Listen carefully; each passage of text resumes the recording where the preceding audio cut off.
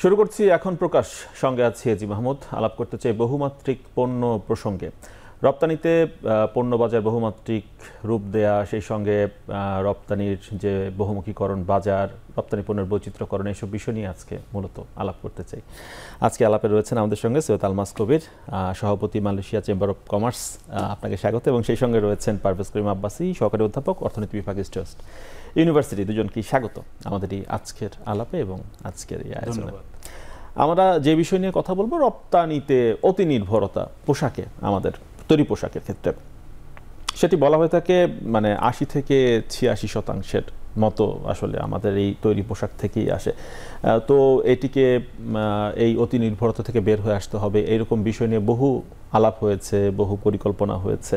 এ থেকে বেরিয়ে আসতে হবে, রপ্তানি পণ্যকে বহুমাত্রিক রূপ দেয়া, বাজার খুঁজতে হবে, এই ধরনের কথাবার্তা আমরা শুনি। তো সেই কর্মসূচিতে আমরা দেখেছি প্রোডাক্ট বা ইয়ারও ঘোষণা করা হয়েছিল, কখনো চামড়াকে ঘোষণা করা হয়েছে, কখনো পাটকে ঘোষণা করা হয়েছে প্রোডাক্ট অফ দ্য ইয়ার, যে আমাদের $500 কোটি উন্নতি করতে হবে এই বিভিন্ন খাতভিত্তিক রপ্তানিগুলোকে। কিন্তু ফলাফল কিন্তু আমরা পাইনি। কেন অন্যান্য রফতানি পণ্যে তৈরি পোশাকের মতো সফলতা আমরা পাইনি, সেটি দিয়ে আলাপ শুরু করতে চাই। সৈয়দ আলমাস কবির। জি, অনেক ধন্যবাদ।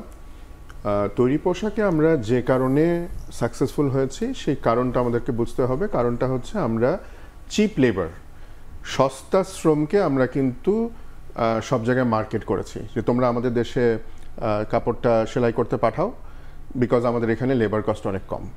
এটাই কিন্তু আমাদের এই সেক্টরে এই যে আমরা এত এগিয়েছি সেটার মূল চাবিকাঠি ছিল সেটা। আইটি সেক্টরে, আমি যেহেতু আইটি সেক্টর থেকে সেটা দিয়ে শুরু করি, আইটি সেক্টরেও কিন্তু আমরা একই রকমভাবে শুরু করেছিলাম, যে অন্যান্য দেশ যেই সার্ভিস দিচ্ছে আমরা সিমিলার সার্ভিস কম প্রাইসে করে দিতে পারবো, বিকজ আমাদের এখানে বেতন কম, যারা আইটি প্রফেশনালস আছে তাদের বেতন কম।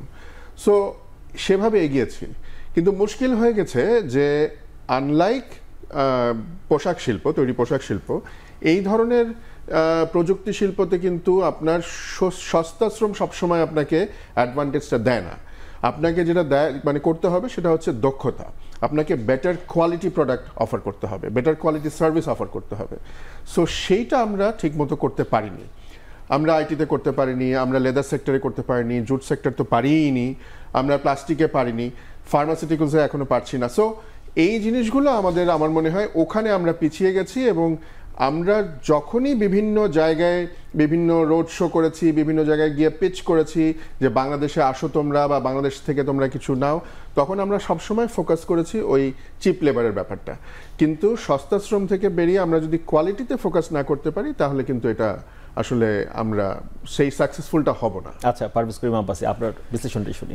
জি, এখন কি বলবো, এই একটা জিনিসের নিয়ে বোধহয় টন এখানে রিসার্চের কাজ হয়ে গেছে এবং বহু হাজার টকশো হয়ে গেছে। তো কিন্তু আমাদের এখনও বাংলাদেশে অর্থনীতি হচ্ছে যে আমি বলি টুইন ইঞ্জিন ইকোনমি। এটা it's based on the 2 R's। One হচ্ছে যে রেমিটেন্স, আরেকটা হচ্ছে RMG।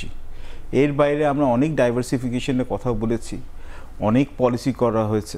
পলিসি এখানে আপনি যেটা আপনার এখানে শুরুর দিকেও বললেন, এবং এইবারও দেখলাম হচ্ছে যে রপ্তানি নীতি বা এক্সপোর্ট পলিসি নতুন একটা এখানে এখন সরকার এখানে ঘোষণা করেছে, উন্মোচন করেছে, কিছু থ্রাস্ট সেক্টর আইডেন্টিফাই করেছে। বাট সমস্যাটা হচ্ছে পলিটিক্যাল ইকোনমি অনুযায়ী। আমি বলবো যে উনি ওনার আইটি সেক্টর থেকে বললেন কথাটা ঠিকই, কেন লুইস মডেল বলে একটা আবার উন্নয়ন অর্থনীতি একটা আছে, যে একটা মডেল এখানে, যেখানে হচ্ছে যে আমরা যখন কৃষি নির্ভর অর্থনীতি থেকে আমরা যাই উৎপাদন খাতে, তখন হচ্ছে সস্তা শ্রমের উপর আমরা নির্ভর করি, এবং এটাই আমরা হচ্ছে অ্যাডভান্টেজটা নিয়েছি। এবং বাংলাদেশে যে প্রথম দিকে যে সাকসেস স্টোরি, এই যে আমরা যেটা বলবো যে ফাস্ট ফ্যাশন, এটার উপর নির্ভর করে আমরা করেছি যে এখন আমাদের 84% বা 85% ক্ষেত্র বিশেষে হচ্ছে আমাদের রপ্তানি এখান থেকে আসে, এবং হচ্ছে শুধু RMG ভিত্তিক। এবং আমাদের 10.35% অফ GDP হচ্ছে রেডিমেড গার্মেন্টস থেকে। এবার নির্ভরশীলতা আরও বেড়েছে, বরঞ্চ কমে নেই। এবং তার সাথে সাথে হচ্ছে প্রত্যক্ষভাবে ডিরেক্টলি আপনার হচ্ছে 45 লাখের মতো শ্রমিক আছে, যার মধ্যে 41% হচ্ছে নারী। এখন এরা ছিল হচ্ছে ফার্স্ট জেনারেশন অন্টারপ্রেনার্স, যারা RMGতে যেটা বিনিয়োগ করেছেন। আমার বাবাও করেছিলেন 1980 বা 1980 শুরুর দিকে, অনেক আগে ওখানে ছড়ে আসে। কিন্তু যারা ওখানে সাকসেসফুল হয়েছেন তারাই কিন্তু ডাইভার্সিফাই করেছেন, ব্রাঞ্চ আউট করেছেন। এখন মূল মন্ত্রটা রাখেন, আপনি যদি বলি আরএমজি হচ্ছে সোনার হাঁস, এবং সোনার হাঁসটা এখানে যেটা হয়েছে কি, আমাদের নীতি নির্ধারক বলেন, সরকারে যারাই আছেন এবং যারা ব্যবসায়ী মহলে যারা আছেন, ওনারা হচ্ছে আবার রাজনীতিতে ঢুকেছেন।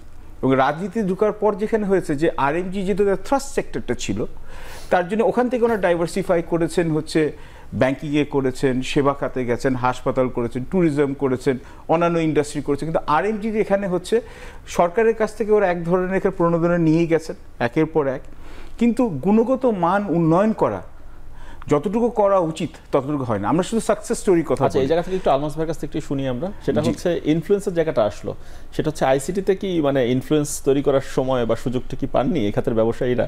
মানে তাহলে এটি পিছিয়ে থাকলো কেন? এক্সপোর্টের মানে যদি ধরি আইসিটিতে এক্সপোর্টের পরিমাণটা কত, সেটা নিয়েও এক ধরনের আসলে ডাউট রয়েছে, বিতর্ক রয়েছে। সেটির কারণেই বাকি, এবং লক্ষ্য তো ছিল একটি অর্জন। রাইট। সো আমি এখানে আরেকটা রিজন বলি। প্রথম সেগমেন্টে যেটা বলছিলাম সস্তা শ্রম, আরেকটা যেটার অভাব আমাদের আছে এখনো, সেটা হচ্ছে, এবং এটা কিন্তু আরএমজি সেক্টরেও রয়েছে, সেটা হচ্ছে আমরা নিজেদের জন্য নিজেদের প্রোডাক্ট কিন্তু এখনো তৈরি করতে পারিনি, নিজেদের মেধাসত্ব বা আইপি, ইন্টেলেকচুয়াল প্রপার্টি, এটা তৈরি করতে পারিনি। অর্থাৎ আমরা কিন্তু আরেকটা কোম্পানির জন্য কাপড় বানাই, কিন্তু আমাদের নিজেদের ব্র্যান্ড আমরা তৈরি করে সেই ব্র্যান্ডকে আমরা মার্কেট করব সারা বিশ্বে, সেটা কিন্তু আমরা এখনো করতে পারিনি।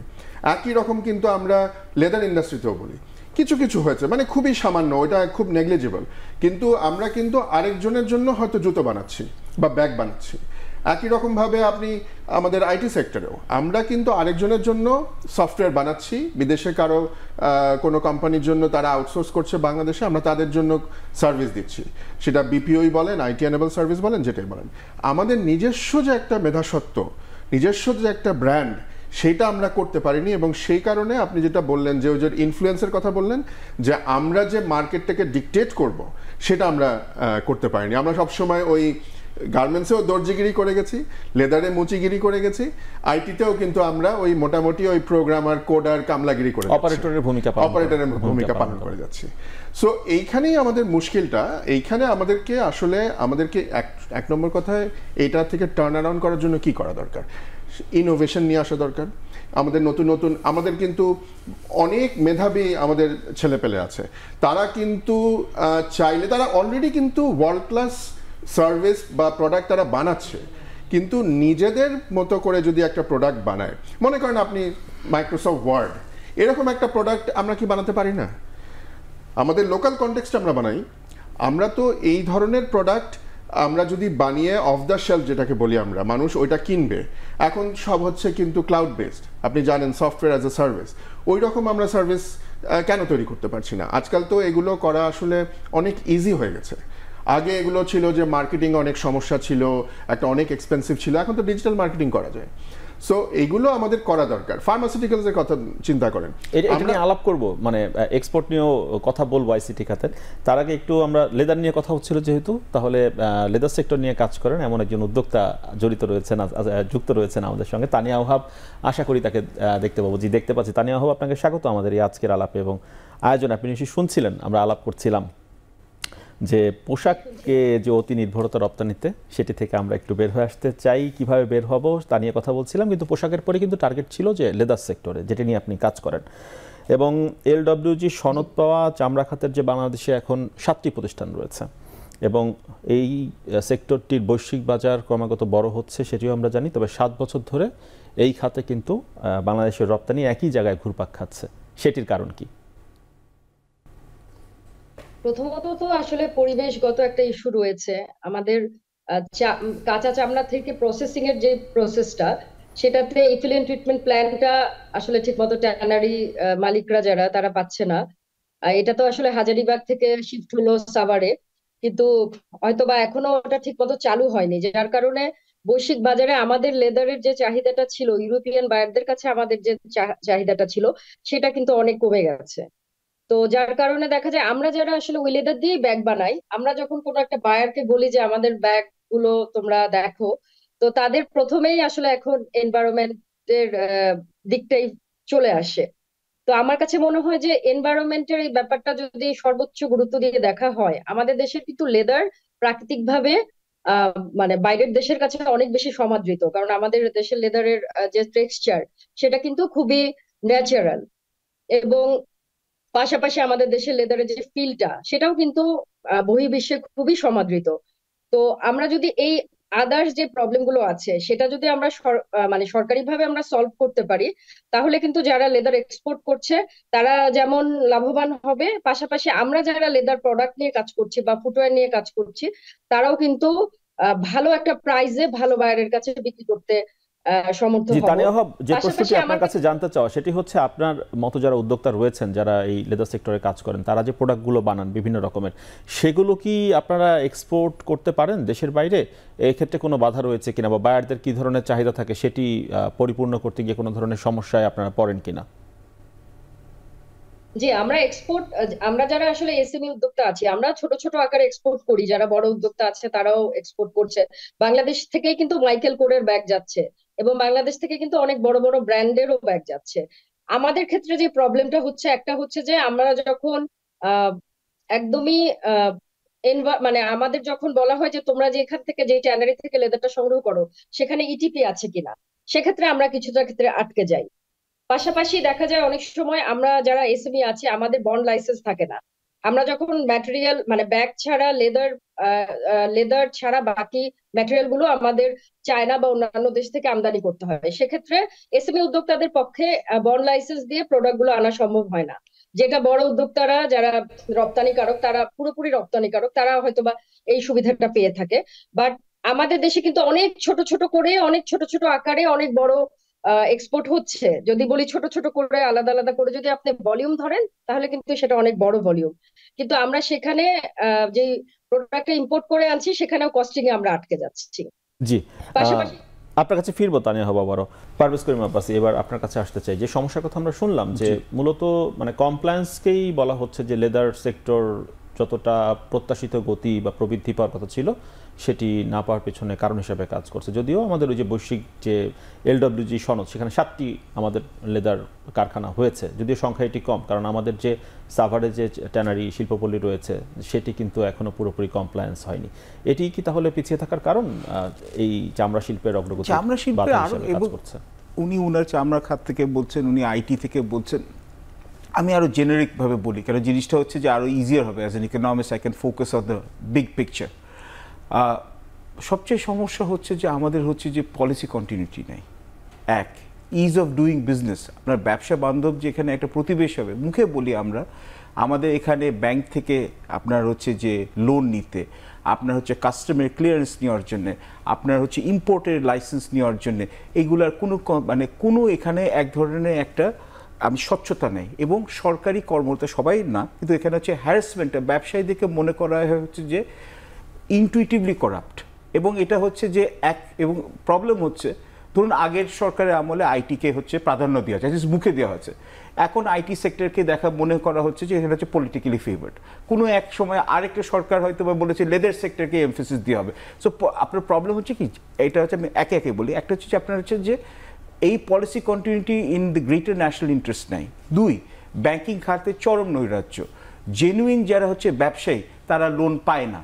এবং এখানে আমরা দেখছি হচ্ছে যে আপনার যে কোভিডের প্রণোদনা ফান্ড যেটা নেওয়া হয়েছিল এখানে কোপ করার জন্য বেশিরভাগ হচ্ছে টাকা নাকি চলে গেছে, এখানে হচ্ছে সরকার এখানে হিসেবে। এবং আপনার দক্ষ জনশক্তি তো নেই আমাদের এখানে। আপনি বলছিলেন এখানে আইটি সেক্টর বা রেডিমেড গার্মেন্টসে বা লেদার সেক্টরে আমরা এখানে কেন আমরা কোয়ালিটি আমরা ব্র্যান্ড আমরা ইনফোর্স করতে পারছি না? কেননা হচ্ছে আমাদের ইউনিভার্সিটি স্নাতকোত্তর ছাত্র বার হচ্ছে সরকারি বেসরকারি বিশ্ববিদ্যালয়ে, কিন্তু দেখছি কি আপনি উচ্চ পদে কর্পোরেট সেক্টরে দেখেন সব বিদেশি নাগরিকরা কাজ করছে। কেন? আমরা যে আমাদের এখানে চাকরির বাজারে যে দক্ষতার দরকার আছে সেগুলো আমরা ট্রেন দিতে পারছি না। তার মানে আপনার প্রাইভেট সেক্টর বা মার্কেটের সাথে হচ্ছে যে আপনার গভর্নমেন্টের পলিসি এবং তার সাথে সাথে যে এখানে কন্ডুইট যেটা হবে টেকনিক্যাল এবং পলিটেকনিক ইনস্টিটিউটস বা হচ্ছে যে কারিগরি শিক্ষার প্রতিষ্ঠান বা হচ্ছে আপনার যেখানে বিশ্ববিদ্যালয়গুলো, ওটার এখানে পুরোপুরি এটা সিনক্রোনাইজেশন নাই। এছাড়াও যদি আপনি এখানে দেখেন আপনার ইনফ্রাস্ট্রাকচার অবকাঠামোগত আপনি রোড বানাচ্ছেন, ব্রিজ বানাচ্ছেন, সবই বানাচ্ছেন, কিন্তু আপনার এখনো গ্যাসের সমস্যা। আপনার বেশিরভাগ ফ্যাক্টরিগুলো হচ্ছে 30% হচ্ছে যে আপনার হচ্ছে ওরা হচ্ছে দেয়ার অপারেটিং এ 30% অপারেশন ক্যাপাসিটি। তার মানে কেন গ্যাসের মুহুর্মুহ এখানে ডিসরাপশন হচ্ছে, ইলেকট্রিসিটি আপনার এখানে আপনি ইপিজেডে এক্সপোর্ট প্রসেসিং জোনে গিয়েও আপনি হচ্ছে নিরবিচ্ছিন্ন আপনি হচ্ছে বিদ্যুৎ করতে পারছেন, সরবরাহ পাচ্ছেন না। আপনি ব্যবসায় বিনিয়োগকে আপনি নিয়ে আসবেন, আপনি এখানে আমাদের তো এখানে বিদেশ থেকে তো আমাদের উইনিড পুঁজি লাগবে, আমাদের টেকনোলজি ট্রান্সফার লাগবে, আপনার শ্রমিক অসন্তোষ শেষ হচ্ছে না, আপনার আইন শৃঙ্খলা এখানে 2 বছর 3 বছর 4 বছর পর পরে যাচ্ছে। কি আপনি শুধু বাংলাদেশ বলে আমরা যদি বলি যে আমাদের পজিটিভ একটা স্পিন দিয়ে আনবো, ব্র্যান্ড ইমেজটা কোথা থেকে হবে আমাদের? এবং সব ব্যবসায়ী নয়, কিন্তু আমাদের বেশিরভাগ ব্যবসায়ী হচ্ছে যে একটা সেকেন্ড হোমের জন্য এখানে যান। কেন হচ্ছে যেখানে একটা পলিটিক্যাল ইনস্টেবিলিটির সাথে সাথে হচ্ছে যে আপনার জানমালের নিরাপত্তা নাই। এবং সমস্যাটা কি হয় ইন্ডিয়াতে দেখেন, চায়নাতে দেখেন, non resident Indian, non resident চাইনিজরা এসে আবার হচ্ছে বিনিয়োগ করেছেন, ট্রান্সফার করেছেন, এক্সপ্যান্ড করেছেন। বাংলাদেশে কি হয়, একজন যদি বিদেশে যদি আমাদের মনে করেন যে আমাদের প্রবাসী বাংলাদেশে এসে বিনিয়োগ করতে চায়, তার 100 একটা হ্যাসেল করতে হবে।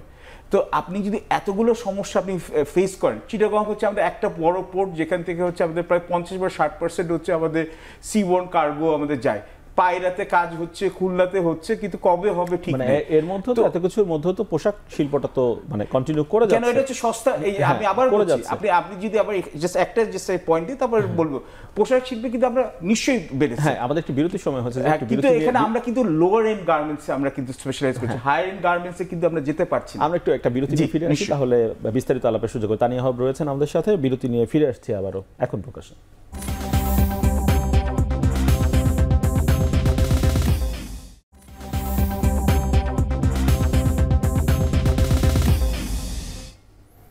বিরতির পর আবার ফিরে এলাম এখন প্রকাশে। বহুমাত্রিক পণ্য নিয়ে আলাপ করছিলাম, রপ্তানিতে বহুমাত্রিক পণ্য কিভাবে বাড়ানো যায়। সৈয়দ আলমাস কবির আপনার কাছে আসবো, কিন্তু তার আগে একটু তানিয়া ওয়াহাবের কাছে একটু যেতে চাই, একটু শুনে আসি তার কাছ থেকে। তানিয়া ওয়াহাব, আমরা যেহেতু আরএমজি নিয়ে কথা বলছিলাম, তৈরি পোশাক শিল্প, তো আমরা লেদার গার্মেন্টসের কথাও শুনি যে এটিও খুব সম্ভাবনাময়। বাংলাদেশে লেদার গার্মেন্টসের সম্ভাবনা কতটুকু দেখেন, এটি নিয়েও অনেকদিন আলাপ হয়েছে। সেটি বিকশিত হওয়ার মতো বা সেটি রপ্তানি করে রপ্তানি আয় বা ডলার আনার মতো অবস্থা কি বাংলাদেশের হয়েছে কিনা, বা কোথায় ঘাটতি রয়েছে? লেদার গার্মেন্টস নিয়ে একটু শুনতে চাই আপনার কাছ থেকে, সেটি কতটুকু সম্ভাবনাময়? লেদার গার্মেন্টস এর ফ্যাক্টরি আসলে বাংলাদেশে আগে বেশ কিছু ছিল, কিন্তু এখন সেভাবে এক্সপোর্ট হচ্ছে না। কারণ হচ্ছে যে লেদার গার্মেন্টস এর জন্য আসলে মেইনলি শিপ লেদারটা ব্যবহার করা হয়। তো শিপ লেদার বাংলাদেশে খুব বেশি অ্যাভেলেবল না। আমাদের কাউ লেদারটা বেশি অ্যাভেলেবল। জ্যাকেট বানাতে সাধারণত শিপ লেদার এবং কাউ লেদারের বাছুর যেটা, সেটা ব্যবহার করা হয়। তো সেক্ষেত্রে লেদারের একটা ঘাটতি থেকে যায়। এবং পাকিস্তানের শিপ লেদার আসলে অনেক বেশি হয়, যেহেতু তাদের সাথে আমাদের যে কস্টিং সেটা অনেক সময় আমাদের মেলানো যায় না। বাট স্টিল তারপরেও অনেক বায়ার বাংলাদেশ থেকে গার্মেন্টস নেওয়ার ব্যাপারে আগ্রহ প্রকাশ করেছে। আমাদের ক্ষেত্রে যেটা সমস্যা হচ্ছে যে লেদার জ্যাকেটের বানানোর জন্য যে শ্রমিক, সেই শ্রমিক কিন্তু খুব বেশি আমাদের দেশে নাই। এবং তাদেরকে যে শেখানোর জন্য যে ট্রেনিং গুলো হয়, সেই ট্রেনিং গুলো বাংলাদেশে অতটা অ্যাভেলেবেল না, যার কারণে হচ্ছে শ্রমিক সংকট এটা একটা ব্যাপার। আর প্রাইজিং, লেদারের প্রাইজিং একটা ব্যাপার। জি, এবং সেই সঙ্গে আপনি বলছিলেন যে অনেক যারা এই খাতের উদ্যোক্তা যারা রয়েছেন, যারা ব্যবসায়ী রয়েছেন, তাদেরকে পণ্য রফতানি করতে হলে দেশের কমপ্লায়েন্স কোনো একটা মার্কেট থেকে, কমপ্লায়েন্স কোনো একটা ফ্যাক্টরি থেকে প্রয়োজন হলে ইম্পোর্ট করতে হয় কাঁচামাল। সেই ইম্পোর্ট করা কাঁচামাল দিয়ে পণ্য তৈরি করে আবার এক্সপোর্ট করতে হয়, তাই তো? সেক্ষেত্রে তো প্রচুর পরিমাণ ডলারও খরচ হয় বাড়তি। মানে ফিনিশ চামড়া আমদানি হয় কিনা বাংলাদেশে? হ্যাঁ, আমদানি হয়, বাট চামড়া আমদানির ক্ষেত্রে সেটা আসলে অনেক টাকা দিয়ে আমদানি, মানে অনেক বেশি ট্যাক্স দিয়ে আমদানি করতে হয় ফিনিশ চামড়া। বাট সেটা যদি আবার এক্সপোর্ট করা হয় সেক্ষেত্রে ট্যাক্সটা লাগে না। কিন্তু দেখা যায় যে সবার ক্ষেত্রে সেই যে প্রয়োজনীয় যে পেপারস গুলো লাগে, সেই পেপারস গুলো অনেক উদ্যোক্তার পক্ষে, যারা এসএমই উদ্যোক্তা, তাদের পক্ষে এতগুলো মানে পেপার সংগ্রহ করা সম্ভব হয় না। আর তাছাড়া আমি আমার মানে আরেকটা জিনিস অবজারভেশন আছে, সেটা হচ্ছে যে আমাদের দেশে যে এত ভালো ব্যাগ তৈরি হয় বা লেদার প্রোডাক্ট তৈরি হয়, সেটার ব্র্যান্ডিংটা কিন্তু খুব বেশি নেই। অন্যান্য দেশে হয়তো বা বাংলাদেশকে ব্র্যান্ডিং করা হয়েছে গার্মেন্টস শিল্প দিয়ে, বাট লেদারও যে এত, লেদারের ব্যাগ এবং লেদারের অন্যান্য প্রোডাক্ট যেমন বেল্ট, ওয়ালেট, কার্ড হোল্ডার, এগুলো যে এত সুন্দর করে আমাদের দেশে এখন বানানো হচ্ছে, এটা আমাদের লোকাল মার্কেটই অনেক সময় জানে না। মানে ইন্টারন্যাশনাল মার্কেট এবং বাংলাদেশ, আমার মনে হয় দুইটার জায়গায় লেদার প্রোডাক্টের একটা ভালো ব্র্যান্ডিং হওয়া উচিত। জি, আলমাস কবির, যে সমস্যার কথা শুনছিলাম আমরা লেদার সেক্টরে শুনছিলাম, কিন্তু আইসিটি সেক্টরে থেকে এই সমস্যাগুলো রয়েছে, যেমন এই যে শ্রমবাজার, সস্তা শ্রমবাজারের ঘাটতি বা হচ্ছে কোনো কারণে কাঁচামাল সংকট বা বিদেশ থেকে ইম্পোর্ট করা, এই ধরনের কোনো সমস্যা নিশ্চয়ই আইসিটি সেক্টরেরই। তাহলে আইসিটি সেক্টরটা বুস্ট আপ কেন করছে না এক্সপোর্ট মার্কেটের ক্ষেত্রে? রাইট, না আইসিটি সেক্টরে তো আসলে কাঁচামালটা হচ্ছে মেধা, কমপ্লায়েন্সের কোনো ইস্যু নেই, কমপ্লায়েন্সের সেরকম কোনো ইস্যু নেই, এখানে কোনো ওই ধরনের নন ট্যারিফ ব্যারিয়ার যেটা আর কি সেরকম নেই, যেটা লেদার সেক্টর ফেস করে বা অন্যান্য সেক্টরগুলো ফেস করে। আমি কিন্তু লেদার সেক্টর নিয়ে একটুখানি বলি তার আগে, তানিয়ার যে প্রোডাক্টগুলো বানায় আমি দেখেছি খুব ভালো প্রোডাক্ট, কিন্তু প্রবলেম হচ্ছে যে ওই যে নিজের ব্র্যান্ডে যে বানিয়ে সে মার্কেট করবে সেই ক্যাপাসিটি কিন্তু তার নাই। এবং এইখানে যে বড় বড় কোম্পানিগুলো, আমাদের দেশে যে বড় কংগ্লোমারেটসগুলো আছে, তারা এইখানে কেন এগিয়ে আসছে না আমি ঠিক জানি না। যারা গার্মেন্টসের ব্যবসায়ী আছেন, যাদের কাছে অনেক টাকা আছে, তারা কিন্তু এই ধরনের ডাইভার্সিফাইড জায়গায় আসতে পারেন। হ্যাঁ, করেছেন, কিছু করেছেন, ওই যেটা বলছিলেন যে কিছু হয়তো হসপিটাল তৈরি করেছেন, কিছু হয়তো অন্যান্য সেক্টরে, ট্যুরিজম সেক্টরে ইনভেস্ট করেছেন। কিন্তু আমার মনে হয় এই ধরনের সম্ভাবনাময় সেক্টরগুলো, বিশেষ করে লেদার সেক্টর, প্লাস্টিক সেক্টর, আপনার লাইট ইঞ্জিনিয়ারিং, এগুলোতে যদি তারা এগিয়ে আসে, ইনভেস্ট করে, তাহলে অনেক ছোট ছোট উদ্যোক্তা যারা ভালো কাজ করার তাদের নলেজটা আছে বা দক্ষতাটা আছে, তারা তখন সেটা ওয়ার্ল্ড মার্কেটে নিয়ে যাওয়ার মতো একটা তাদের অবস্থা তৈরি হবে আর কি। যেটা বলছিলেন যে আইটি সেক্টরে আমাদের সেই সম্ভাবনা মানে প্রবলেমটা নাই, যেটা আমাকে যেগুলো ফেস করলাম, দেখলাম ওয়েল আছে কিছুটা, যেটা মনে করেন আপনি হয়তো ডেটাবেস নিয়ে কাজ করবেন, আপনাকে হয়তো ওরাকলের লাইসেন্স কিনতে হবে, মাইক্রোসফট নিয়ে কাজ করবেন, মাইক্রোসফটের লাইসেন্স কিনতে হবে, কিন্তু সেই অর্থে নাই, অত বড় সমস্যা না। এখানে যেটা মেন সমস্যা সেটা হচ্ছে যে আইটির ক্ষেত্রে যেটা মেন সমস্যা সেটা হচ্ছে যে এটা এত দ্রুত পরিবর্তনশীল, আমরা ঠিকমতো আমাদের ট্যালেন্ট পুল বা স্কিল ইনভেন্টরিটা আমরা মেনটেন করতে পারি না। মানে অর্থাৎ ধরেন আমার এখন দরকার হচ্ছে ব্লক চেনের হয়তো আমার 5000 এক্সপার্ট, আমি সেই 5000 এক্সপার্ট আমি হয়তো মানে 500 এক্সপার্টও আমি তৈরি করতে পারছি না। সো এই আবার হয়তো দেখা যাবে যে 6 মাস পরে আমার নতুন কোনো টেকনোলজির ডিমান্ড চলে আসবে। সো এই যে এই দক্ষতাটার সাথে আমরা তাল মিলিয়ে কিছুতেই উঠতে পারছি না, এবং এটার একটা বড় কারণ হচ্ছে যে আমাদের একাডেমিয়াগুলো পিছিয়ে আছে, বিশেষ করে পাবলিক ইউনিভার্সিটিগুলো কিন্তু একটা ডিসিশন নিতে বা একটা তাদের কারিকুলাম চেঞ্জ করতে অনেক সময় নেয়। প্রাইভেট ইউনিভার্সিটি, যেটা ওনাদের মতো প্রাইভেট ইউনিভার্সিটি আছে, অনেকগুলো প্রাইভেট ইউনিভার্সিটি এখন কিন্তু ইন্ডাস্ট্রির সাথে কথা বলে, ইন্ডাস্ট্রির কাছ থেকে জানতে চায় যে আগামী 3 থেকে 5 বছরে কি ধরনের স্কিল ইনভেন্টরি কি লাগবে। তো সেগুলো কিন্তু তারা করতে পারছে, কিন্তু তারপরেও ইউজিসির নানা রকমের আমি বলবো যে হার্ডেল পেরোতে হয়। আর আরেকটা হচ্ছে যে উনি কিন্তু ইজ অফ ডুইং বিজনেসের কথা কমপ্লেন করছিলেন, এটা তো আমাদের একটা বড় সমস্যা, কোনো সন্দেহ নাই। কিন্তু আমি কিন্তু খুব অপটিমিস্টিক, আমরা এখন যে আমাদের নতুন সরকার, অন্তর্বর্তী সরকার, এই সরকার কিন্তু এই স্টেপগুলোকে, এই যে ব্যুরোক্রেটিক প্রসেসগুলোকে অনেকটা কমিয়ে নিয়ে আসার বা শর্ট করার বা চিন্তা ভাবনা করছেন। একটা এক্সাম্পল হচ্ছে এক্সপোর্ট যে করবেন, যে লাইসেন্সটা বা আইআরসি যেটা ইম্পোর্ট করবেন, সেগুলো এখন থেকে যেটা করা হবে সেটা হচ্ছে ফর লাইফ টাইম। আপনি একবার করবেন, আপনাকে প্রতি বছর রিনিউ করতে হবে না। সো এটা এখনো হয়নি, বাস্তবায়িত হয়নি, বাট এরকম একটা প্রপোজাল কিন্তু রয়েছে। সো এগুলো যদি করা হয় তাহলে কিন্তু আমার মনে হয় ইজ অফ ডুইং বিজনেসটা অনেক এটার বেটার হবে। আমাদের আইটি সেক্টরে কিন্তু একটা জিনিস ছিল, এখনো আছে আরো 3 বছর, যে ট্যাক্স এক্সাম্পশন। কিন্তু ট্যাক্স এক্সাম্পশনের জন্য যে আপনার যে সার্টিফিকেটটা তৈরি মানে বের করতে হয় এনবিআর থেকে, সেটা বের করতে গিয়ে 6 মাস চলে যায় বা অথবা অনেক ঘুষ টুস দিতে হয় হতো। কিন্তু আশা করছি এই পরিবর্তিত পরিস্থিতিতে এগুলো আর কি হবে না। শুনবো জি, তানিয়া ওহাব, আপনাকে অসংখ্য ধন্যবাদ যুক্ত থাকার জন্য। আমরা একটু এবার আসতে চাই পারভেজ করিম আব্বাসী আপনার কাছে। সেটি হচ্ছে আমরা শুল্ক নিয়ে কথা শুনছিলাম, সেটি নিয়ে একটু আলাপ করতে চাই। আমরা দেখেছি যে পোশাক শিল্পের ক্ষেত্রে যে রপ্তানিকারক যারা রয়েছেন, তারা বিনা শুল্কে অনেক কাঁচামাল আমদানি করার সুযোগ পান এবং বন্ডেড সুবিধা পান, কিন্তু পোশাক বহির্ভূত যে পণ্যগুলো রয়েছে সেখানে রপ্তানিকারকদের প্রয়োজনীয় আমদানিতে অনেক ধরনের উচ্চ শুল্ক দিতে হয়। এটিও কি আসলে এই সেক্টরে বাধা হিসেবে কাজ করতে পারে, যেটি আলমাস ভাই খানিকটা বলছিলেন? মোটামুটি সবগুলো, কিন্তু দেখুন আমাদের এই প্রবলেমগুলো হচ্ছে যে এটা চিকেন আর এগ প্রবলেম। কেননা আমাদের হচ্ছে we have one of the lowest tax two GDP ratio in Bangladesh, direct tax, প্রত্যক্ষ কর। তার জন্য যেহেতু সরকার আদায় করতে পারে 7.5% অফ জিডিপি যদি আপনি করেন ট্যাক্স টু জিডিপি রেশিও, এবং তার জন্য কি হয় কি পরোক্ষ কর যেটা বা ইনডিরেক্ট ট্যাক্স এগুলোর উপর তখন চাপটা বাড়ে, ট্যারিফ, কাস্টমস ডিউটিস, এক্সাইজ ইত্যাদি। এবং বহু বছর ধরে ব্যবসায়ী মহল, ডিসিসিআই, এমসিসিআই, বিসিসিআই যেই থাকুক ক্ষমতায়, তারা কিন্তু বলছেন ব্যবসায়ীরা যে আমাদের হচ্ছে ট্যারিফ স্ট্রাকচার র্যাশনালাইজেশন করতে হবে। ওয়ার্ল্ড ব্যাংক বলছে, এডিবি বলছে, আইএমএফ বলছে। একটা কারণে আমরা যেটা করতে পারছি না, এটা হচ্ছে যে আমাদের যে করের যে কাঠামোটা, আলমাসবাদীদের বাধার কারণে করতে পারি।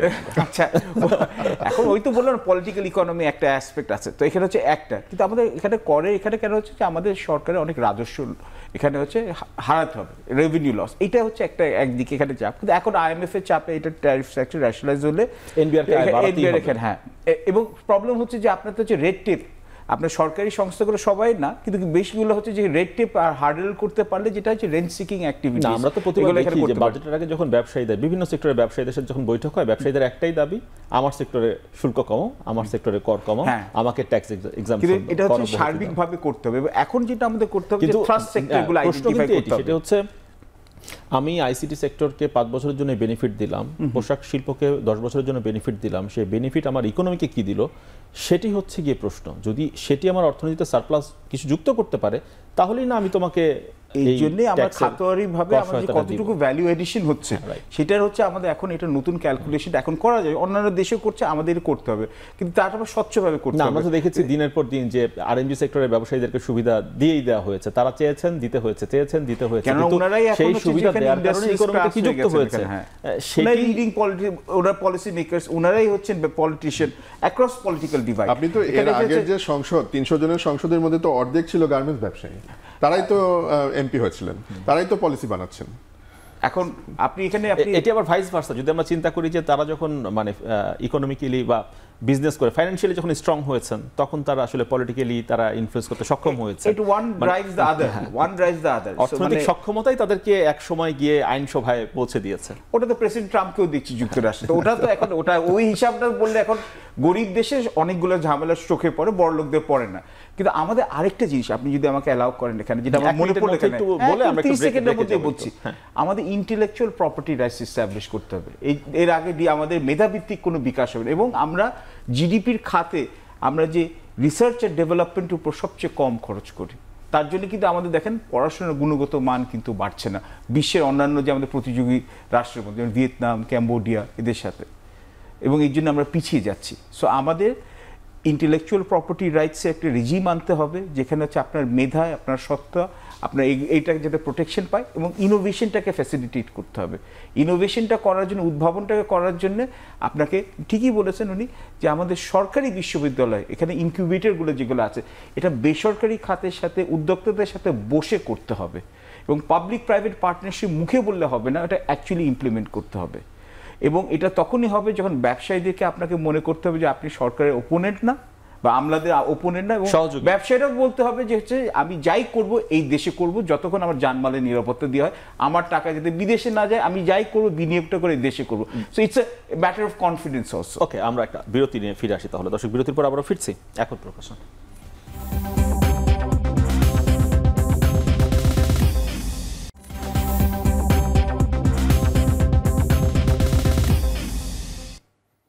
বিরতির পর আবার ফিরে এলাম এখন প্রকাশে। বহুমাত্রিক পণ্য নিয়ে কথা বলছি। সৈয়দ আলমাস কবির এবং পারভেজ করিম আব্বাসী রয়েছেন আমাদের সঙ্গে। আমরা কথা বলছিলাম আইসিটি সেক্টর নিয়ে, কথা হচ্ছিল পণ্য ডাইভার্সিফাইড করতে গিয়ে কী কী সমস্যা, সেগুলো নিয়ে কথা হচ্ছিল। লেদার সেক্টর নিয়ে কথা বললাম, একটু জুট সেক্টর নিয়ে কথা বলি। জুট সেক্টরের একজন উদ্যোক্তা রয়েছেন আমাদের সঙ্গে, রাশিদুল করিম মুন্না, ব্যবস্থাপনা পরিচালক, ক্রিয়েশন প্রাইভেট লিমিটেড। আপনাকে স্বাগত আমাদের আলাপে এবং আয়োজনে। আপনি যেটি শুনছিলেন, একটু আনমিউট করতে হবে।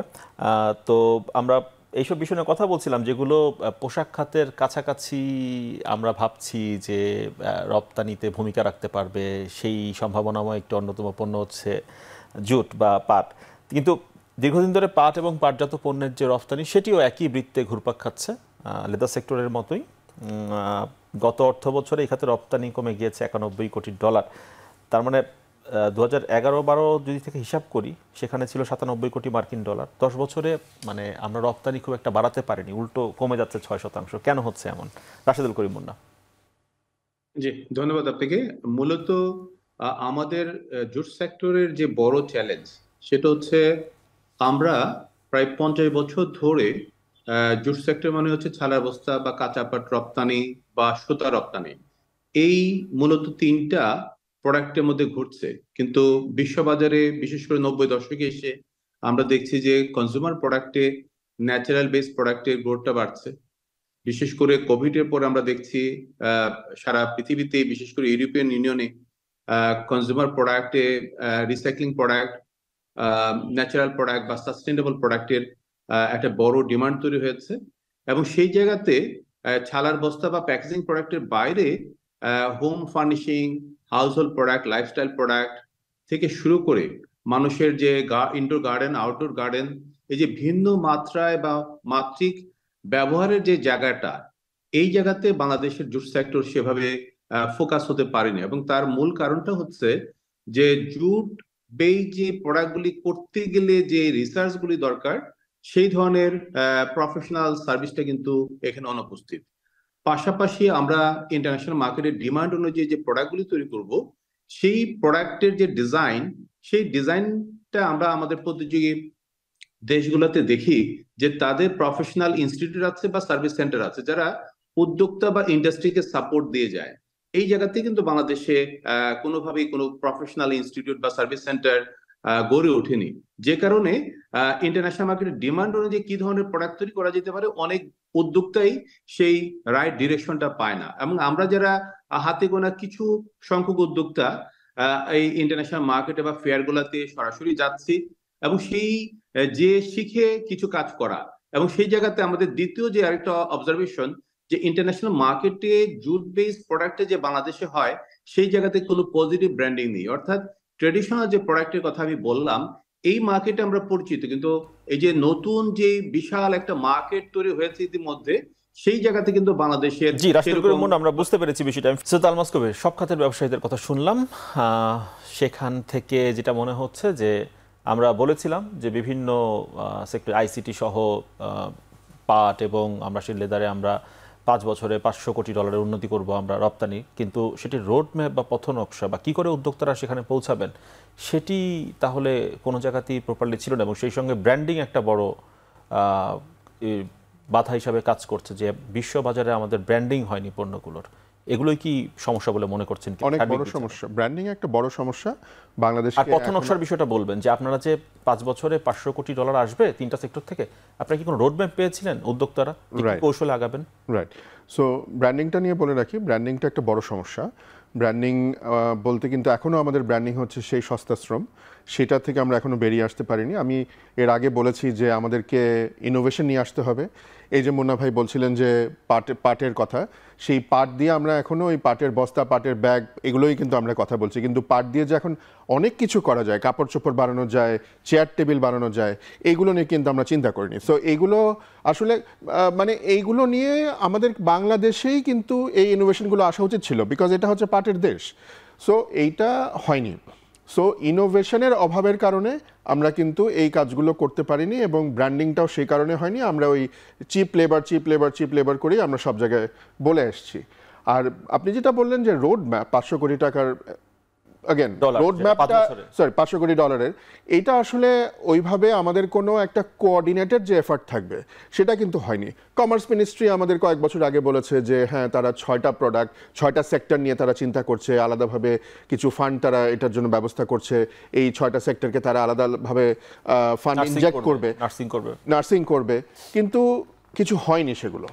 আরেকটা বড় ব্যাপার হচ্ছে, এই যে মনে করেন, যেহেতু আমি মালয়েশিয়ার সাথে অনেক কাজ করেছি, মালয়েশিয়াতে আপনি এক্সপোর্ট আমরা করি, আমাদের কিন্তু ট্রেড ভলিউম কিন্তু $4 বিলিয়ন। বাংলাদেশ থেকে এক্সপোর্ট হয় এই $4 বিলিয়নের মধ্যে মাত্র $375 মিলিয়ন, মানে 400 মিলিয়নও না, অথচ বেশিরভাগই আমরা সব আমদানি করি। তো এখন আমরা কেন করি না? বিকজ আমরা আমাদের নতুন অন্যান্য যে প্রোডাক্ট সেগুলোকে আমরা মার্কেটিং করতে জানি না। যেমন মালয়েশিয়া কিন্তু ইন্ডিয়া থেকে আম কেনে, পাকিস্তান থেকে আম কেনে, বাংলাদেশ থেকে আম কেনে না। কেন কেনে না আমি জানি না। এগুলো নিয়ে যে আমরা ডিপ্লোম্যাসি করব, এগুলো নিয়ে যে আমরা কথা বলবো, আমাদের যে ওখানে যে এমবেসিগুলো আছে তারা যে এগুলো নিয়ে কাজ করবে, এই ব্র্যান্ডিংয়ের কাজটা কিন্তু তারা করে না। সো এটা শুধু মালয়েশিয়া বলে না, এটা সব জায়গাতেই একই ব্যাপার, যে জুট নিয়ে কথা বলবো, যে বাংলাদেশের লেদার নিয়ে কথা বলবো, এগুলো কিন্তু হচ্ছে না। সো আমার মনে হয় এইখানে একটা ব্র্যান্ডিং বড় সমস্যা, আর আইপি একটা বড় সমস্যা। এইখানে আমরা যে ট্রিপস যেটা শেষ হয়ে যাবে আপনার 2036-এ 1 জানুয়ারি, তখন আপনি কি করবেন? তখন আপনি আমাকে বলেন যে একটা প্যারাসিটামল যদি একটা 100 টাকা দাম দিয়ে কিনতে হয়, আমরা তো নিজেরা নিজেদের কোনো জিনিস তৈরি করতে পারিনি, R&D হয়নি। R&D কেন হয়নি? বিকজ আমরা কপি পেস্ট করে এসেছি, সবসময় খুব ইজি ওয়ে আউট করে এসেছি, শর্টকাট পদ্ধতি পালন করে এসেছি।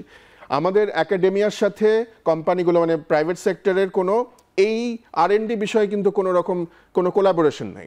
বিদেশে কিন্তু দেখা যায় যে একটা কোম্পানি R&Dর জন্য টাকা গ্র্যান্ট দেয় একটা ইউনিভার্সিটিতে, তারা R&D করে কমার্শিয়ালাইজেশনটা সেই কোম্পানি আবার আইপিটা নিয়ে কাজটা করে। এই জিনিসগুলো কিন্তু হয়নি। বাংলাদেশে এটার ইনসেন্টিভাইজ করতে হবে, জোর করে পুশ করতে হবে সরকারকে। যারা R&Dতে কথার কথা যে টাকাটা খরচ করবে প্রতি বছর, তার উপরে একটা ট্যাক্স রিবেট যদি দেওয়া হয়, তাহলে একটা কোম্পানি উৎসাহিত হবে এইটাতে R&Dর পেছনে কাজ করার জন্য। এমনও হতে পারে যে আমি 100 টাকা খরচ করলে সরকার ম্যাচিং গ্র্যান্ট 100 টাকা দিবে। সো এই জাতীয় যদি কিছু জিনিস আগামী 10 বছর করা হয়, আমার মনে হয় R&Dতে একটা ভালো কালচার আসবে, বেশ কিছু ইনোভেশন হবে এবং আমাদের নিজস্ব মেধাস্বত্ব তৈরি হবে। আচ্ছা, আরেকটা বিরতির সময় হচ্ছে, একটু বিরতি নিয়ে ফিরে আসি, তারপর বাকিটা আলাপ করব। দর্শক, বিরতির পর আবার ফিরছি এখন প্রকাশ।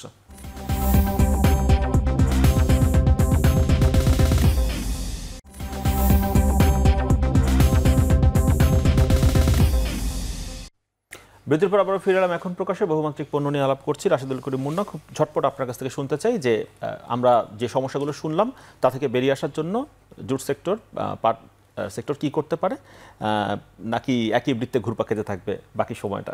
কি উত্তরণটা কিভাবে? যে উত্তরণের মূল এটা হচ্ছে আমাদের ভ্যালুয়েটেড প্রোডাক্টগুলি করতে হবে, অর্থাৎ কনজিউমার প্রোডাক্ট বা ফাইনাল প্রোডাক্টগুলি উৎপাদনের সক্ষমতা আমরা কিভাবে বাড়াতে পারি। ইতিমধ্যে আমি রিসার্চের কথা বলেছি। সেই সাথে আমি বলবো যে আমাদের জুট সেক্টরে 99% জুট মিলের কিন্তু কমপ্লায়েন্স সার্টিফিকেশন নেই। অর্থাৎ যখনই আমরা সাপ্লাই চেইনে প্রোডাক্ট সাপ্লাই করতে যাব বা এক্সপোর্ট করতে যাব, এটা হচ্ছে একটা বড় ব্যারিয়ার। এবং সেই ক্ষেত্রে এলডিসি গ্রাজুয়েশনের পরে কোনো কাস্টমারই কিন্তু আমাদের কাছ থেকে কমপ্লায়েন্স সার্টিফাইড ফ্যাক্টরি ছাড়া প্রোডাক্টগুলি কিনবে না। সুতরাং এই যে একটা বিশাল চ্যালেঞ্জ, এটাকে উত্তরণ। দ্বিতীয়ত হচ্ছে আমাদের শ্রম ঘন শিল্প, আমাদের শ্রমিক আছে কিন্তু আমাদের স্কিল শ্রমিক কিন্তু নেই। এইটা কিভাবে আমরা বাড়াতে পারি এবং আমাদের প্রোডাক্ট তৈরি করার ক্ষেত্রে যে টেকনোলজিগুলো ব্যবহার করার একটা জরুরি, যেটা আমাদের সাথে আমি যদি চায়নার সাথে কম্পেয়ার করি, আমাদের শ্রমিকের চেয়ে অন্তত 4 টাইমস তাদের ক্যাপাসিটি বা প্রোডাক্টিভিটি। সেই জায়গাতে আমাদের স্কিলটাকে কিভাবে আমরা আপগ্রেড করতে পারি এবং সর্বোপরি আমাদের ইন্টারন্যাশনাল মার্কেটের যে ব্যারিয়ার গুলো আছে সেগুলো দূর করতে হবে। জি, রাশেদুল করিম মুন্না, অসংখ্য ধন্যবাদ যুক্ত হওয়ার জন্য। আমরা ফিরতে চাই পারভেজ করিম আব্বাসী আপনার কাছে। সেটি হচ্ছে, আমরা তো যখন এলডিসি উত্তরণের প্রক্রিয়া যাচ্ছি, তখন তো আমরা পোশাক খাতের যে সুবিধাগুলো পাই এখন এক্সপোর্ট মার্কেটে, সেগুলো বন্ধ হয়ে যাবে। এরপরে সংখ্যাটা কি থাকবে যদি আমরা এই সেক্টরগুলোকে বুস্ট আপ করতে না পারি? প্রথমতই হচ্ছে, অনেক আগে আলোচকরা বলেছে, খুব ছোট করে বলি, একটা হচ্ছে আমাদের ব্যাকওয়ার্ড লিঙ্কেজ করতে হবে। কেননা যেমন এখানে হচ্ছে যে এলডিসি গ্র্যাজুয়েশনের পর আমাদের যেটা হচ্ছে ডাবল ট্রান্সফরমেশন রুলটা আসছে, রুলস অফ অরিজিন আপনার ফ্যাব্রিকটাও, সুতাটাও সব নিজে বানাতে হবে। তো এখন হচ্ছে আপনি দেখুন এখনকার যে এক্সপোর্ট পলিসিতে বলেই দিয়ে হচ্ছে থ্রাস্ট সেক্টর হচ্ছে ডাইং, প্রিন্টিং, ফ্যাব্রিক, ইয়ার্ন, তার মানে হচ্ছে ব্যাকওয়ার্ড লিঙ্কেজ যেটা করা হচ্ছে। It's already too late, but better late than never শুরু করা হয়েছে। 2 নম্বর, এটা আমার ব্যক্তিগত অভিমত, এটা হচ্ছে জাপানে যেমন ministry of trade and industry আছে, আমাদের industry ministry, commerce ministry, EPB, এইগুলোর সবগুলোকে একসাথে কোল্যাপস করে একটা কনসলিডেটেড অর্গানাইজেশন করা উচিত, যেখানে প্রাইভেট সেক্টর থেকে নিয়ে আসা উচিত রিপ্রেজেন্টেটিভ, শুধু আমলা না, অ্যাকাডেমিক্স নিয়ে আসা উচিত, এক্সপার্ট নিয়ে আসা উচিত। এবং সেখানে আমরা হচ্ছে 5 বছরের যে রোড ম্যাপটা আমরা করতে অত্যন্ত পটু, কিন্তু আমাদের এখানে দেখতে হবে যে বছরের শেষে বা কোয়ার্টারের শেষে আমরা কতটুকু অ্যাচিভ করেছি, যাতে পলিসিটা আমরা ফ্লেক্সিবল রাখতে পারি বা চেঞ্জ করতে পারি। এবং সবার শেষে হচ্ছে যে আমাদের একটা, এই যেটা আমি জাস্ট একটা এখানে বলবো, যে আমাদের হচ্ছে উদ্ভাবন বাড়ানোর জন্য আমাদেরকে এটা ইনসেন্টিভাইজ, যেটা উনি বললেন, এটা ট্যাক্স ব্রেকটা শুধু এই উদ্যোক্তাদের না, বেসরকারি বিশ্ববিদ্যালয়কে এনকারেজ করতে হবে। কিন্তু এখন বেসরকারি বিশ্ববিদ্যালয়ের উপর ভ্যাট দিতে হয়। তাহলে আপনি কিভাবে চাইবেন এখানে? তো উৎপাদনশীলতা বাড়াতে হবে শ্রমিকদের, এর জন্য এনেবলিং এনভায়রনমেন্টটা দরকার। অসংখ্য ধন্যবাদ আজকে সময় দেওয়ার জন্য। আমাদেরকে একেবারেই সময় শেষ, নিশ্চয়ই আরেকদিন আলাপের সুযোগ হবে আপনাদের সঙ্গে। দর্শক, শেষ করছি এখন প্রকাশ। সঙ্গে থাকার জন্য ধন্যবাদ সবাইকে।